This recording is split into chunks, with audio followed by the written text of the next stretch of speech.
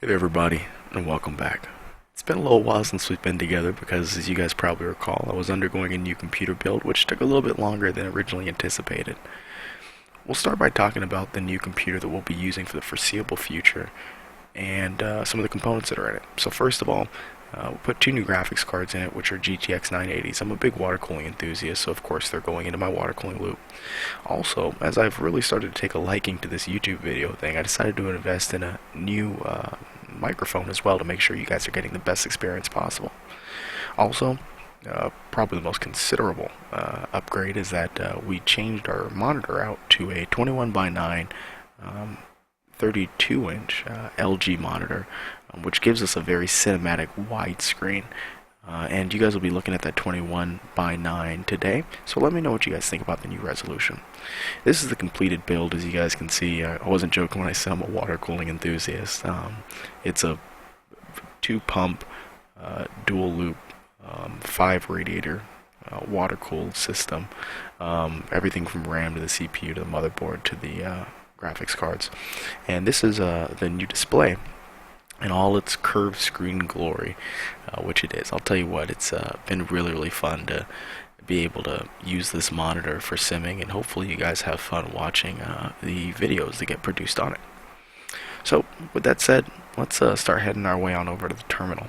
Now, where we are today is a brand new airport by ORBX. It was kind of announced late, since ORBX's new policy has been to not announce airports until it's in the beta testers' hands.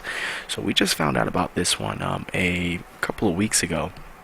But I'll tell you what, it's been one of the most enjoyable airports to fly around in. It's located up in Alaska, and the code is PAHO, and it's known as Homer Airport.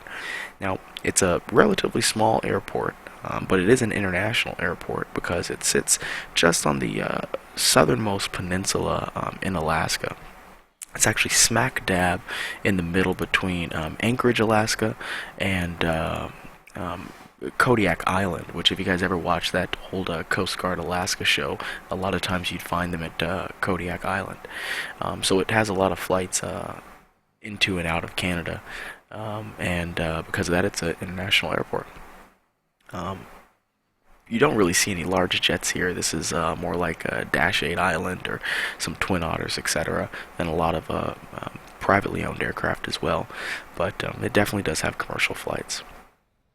One interesting fact about Homer that a lot of folks may not recall is that it was actually one of the islands that was hit very hard by the old Exxon Valdez oil spill, which was right on the southeastern side of Anchorage, and that oil flowed right on down into the little fishing town that surrounds Homer. It's only about 5,500 people large, so they got hit pretty hard. So let's get on into our plane.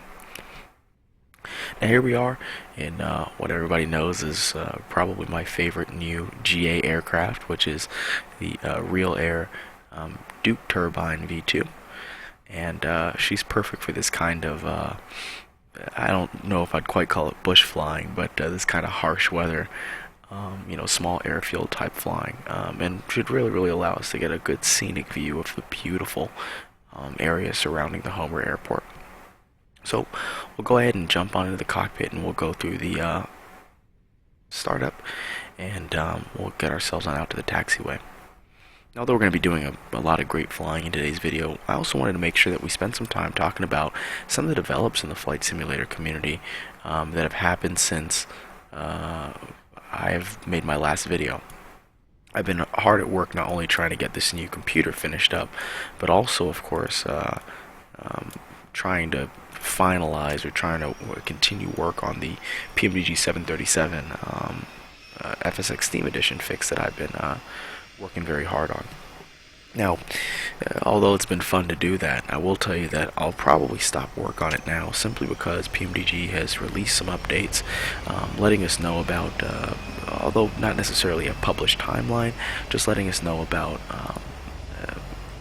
fact that they anticipate the 737, not only with its new updates such as weather radar, etc., but also Steam Edition compatibility coming out here in the relatively near future. It sounds like it's just about ready to get in the hands or out of the hands of beta testers now, so I would anticipate that we see the 737 series from PMDG coming out for Steam Edition probably by the end of this week. Although I really anticipate it over the next couple of days. So that'll be very, very exciting, and of course we'll be making some videos and doing some short hauls together in the 737, which is one of my favorite aircraft of all time. Now, another update from PMDG is that there's been a lot of controversy, I guess you could say, about this, is that they released their 777 for P3D, or for prepared. Now, the reason why there's been a lot of controversy about this is because a lot of folks were not very happy with the pricing policy that PMDG issued. PMDG released this aircraft for the same price that it had released it on FSX about a year ago or so, which was $89.99, I believe is what the price is. Now, that's considered promotional pricing because in the very near future, PMDG is anticipating that the price will go up to $134.99, and of course they'll have different pricing tiers as they start to get into the professional and commercial side of the P3D platform. So the reason why there's been so much controversy is that a lot of folks have been relatively displeased with the fact that some folks had anticipated that PMDG would have released the 777 with promotional pricing for existing FSX users of the 777, but obviously PMDG did not have a pricing tier that was aimed specifically at those who owned the 777 on FSX. The main reason why so many folks are displeased by this is because, as many of you know, P3D is largely the same simulator as FSX. In fact, most add-ons work with the use of a Russian migration tool or an Estonian migration tool work just fine on P3D if they worked in FSX. And a lot of developers have taken akin to allowing cross-platform compatibility free of charge, such as ORBX and Aerosoft and many others that are out there. However, PMDG has decided not to do that promotional pricing for cross-platform users, because really PMDG kind of backed up a statement that I made in my P3D versus FSX side-by-side video, which is that they largely see P3D for what Lockheed Martin says P3D is, which is a academic, professional, and commercial platform, not an entertainment one. So as PMDG looks to continue to support this platform long-term, and they look to target, I guess you could say, a different subset of flight simulation users who are less into entertainment and more into professional use, they wanted to adjust the price for what they anticipate will be the commensurate expenses of continuing to support not only this different user group, but this platform that continues to evolve in various ways, and they anticipate that there'll be added expense in continuing to develop on that platform. So, you know, P3D is a great platform, but as I said, it's a professional and commercial level sim. It's not something that's intended for entertainment. So, you know, if you were expecting Lockheed Martin or PMDG to treat P3D like a game, you know, you probably had the wrong expectation set in the first place. Anyways, before we continue to talk, let's go ahead and get ourselves lined up here on the runway, and we'll take off into the beautiful Homer scenery. Now we're taking off on runway 22, which takes us out pretty much directly to the west, and we're going to be making a left crosswind on down to the peninsula where all the docks are here at Homer. So largely here in the winter, you find that Homer is kind of landlocked with ice. In fact, later on in the video, you guys will see the little ice runway that becomes active during the winter time here at Homer. And then after that, we're going to turn on downwind, and then we'll turn base, heading towards the mountains, and then come in for a final and taxi our way on back to the terminal. So here we go.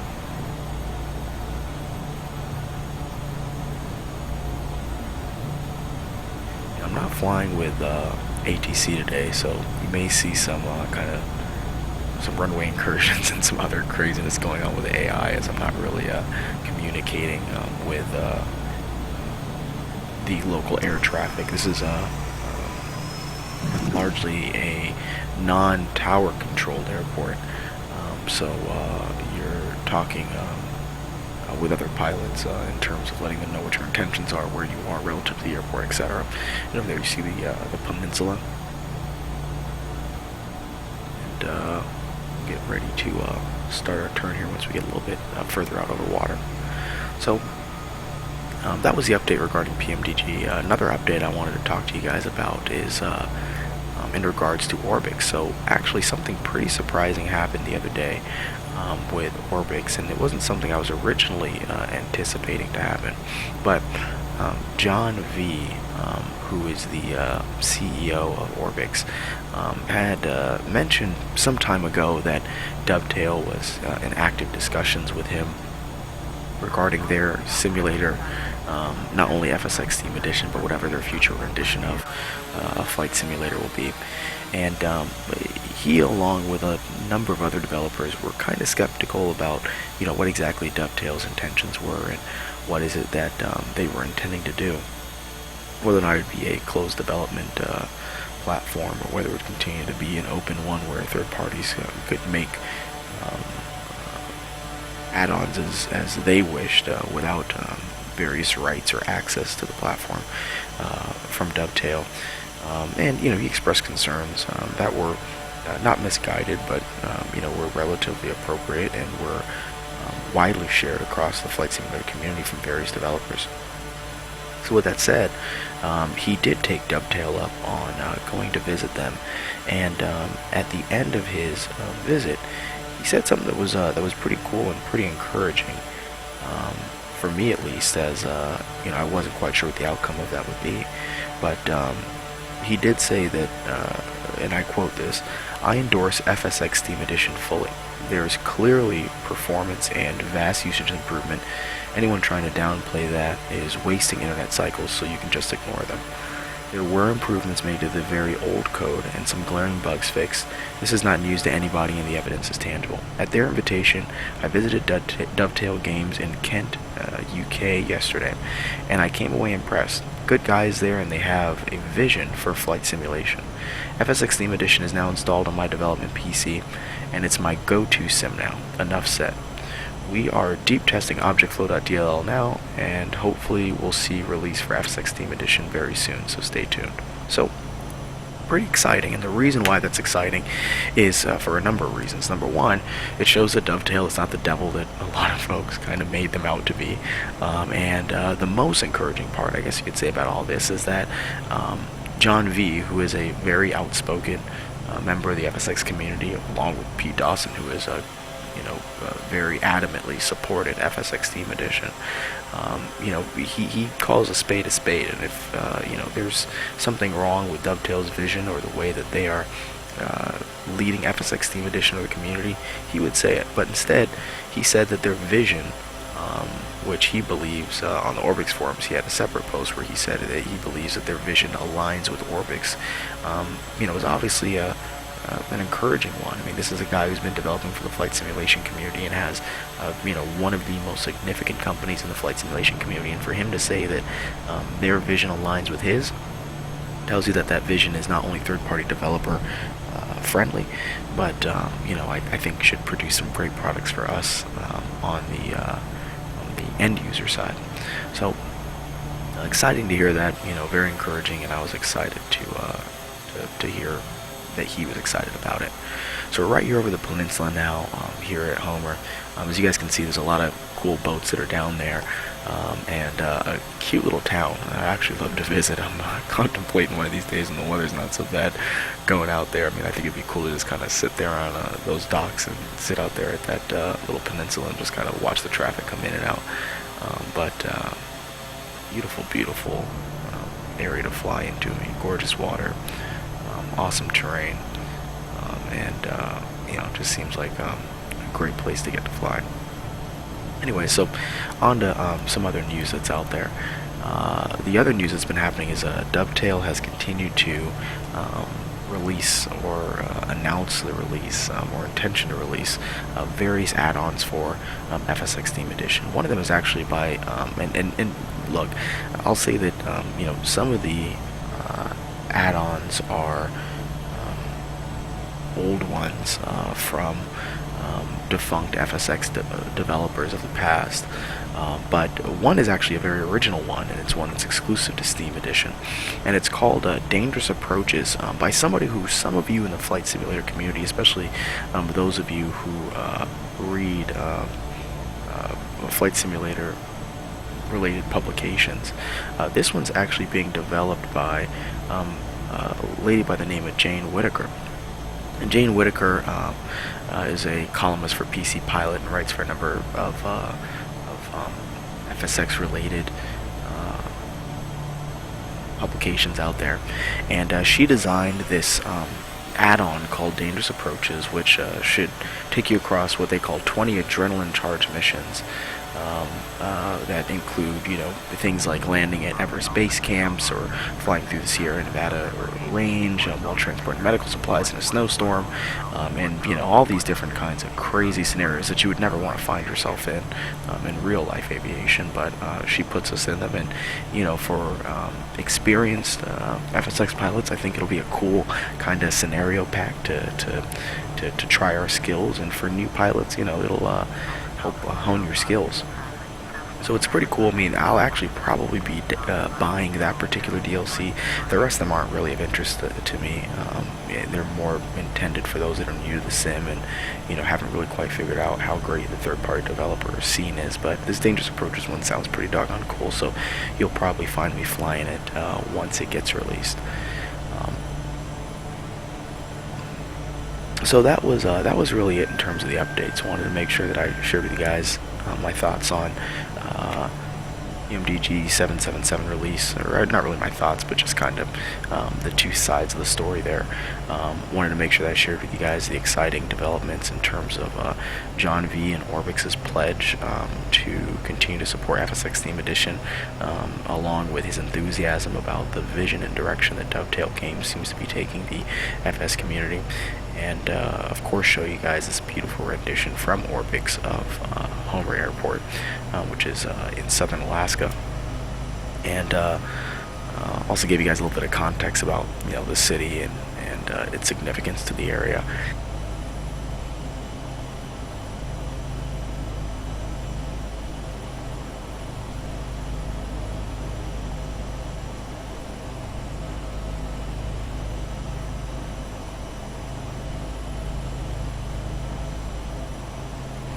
With that said, let's get ourselves here on approach. Back into Homer. Weather's relatively moderate. As you guys saw, there's some light snow that's out there. So gears down, flaps coming down, and we got all our anti-icing on because it's a chilly day. And we're red over white, so good. We're on the glide slope now. What a beautiful approach on it. I think I'll be spending a good amount of time at this airport. It's different than all the desert flying I do at 29 Palms and Palm Springs, and it's a great escape from the big jet lining that I do as well. So you guys will probably see me really dallying around this airport in some future videos. And I actually think there's traffic on the runway. There is, but I don't have aircraft collisions on, so we'll just close our eyes and pretend that never happened.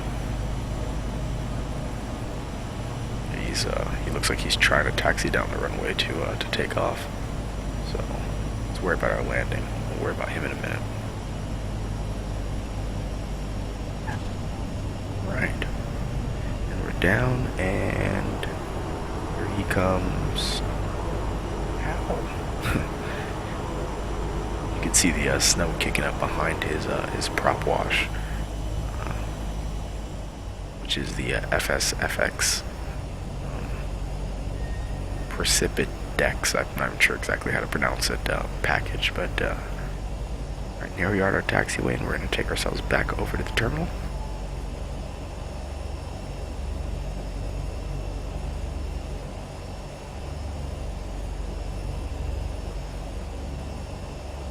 That's one heck of a nice jet for a little airport like Homer.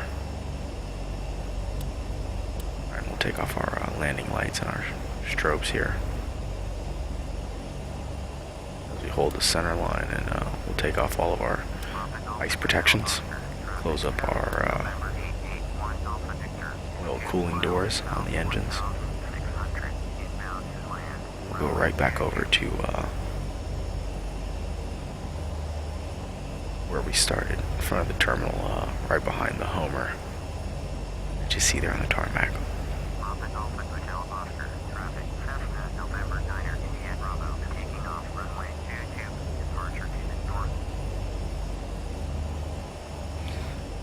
Alright, and here we are. We'll do ourselves a little turn, and we'll line her up and shut her off. So, glad to be back with you guys. Look forward to some videos here in the coming days as the 737 gets released, and the computer's now done, so we'll be spending some more time in the air together. So thanks so much for everybody tuning in. Really appreciate it. Everybody had a great weekend, and I look forward to talking to you all soon. Alright, catch you guys later. Take care.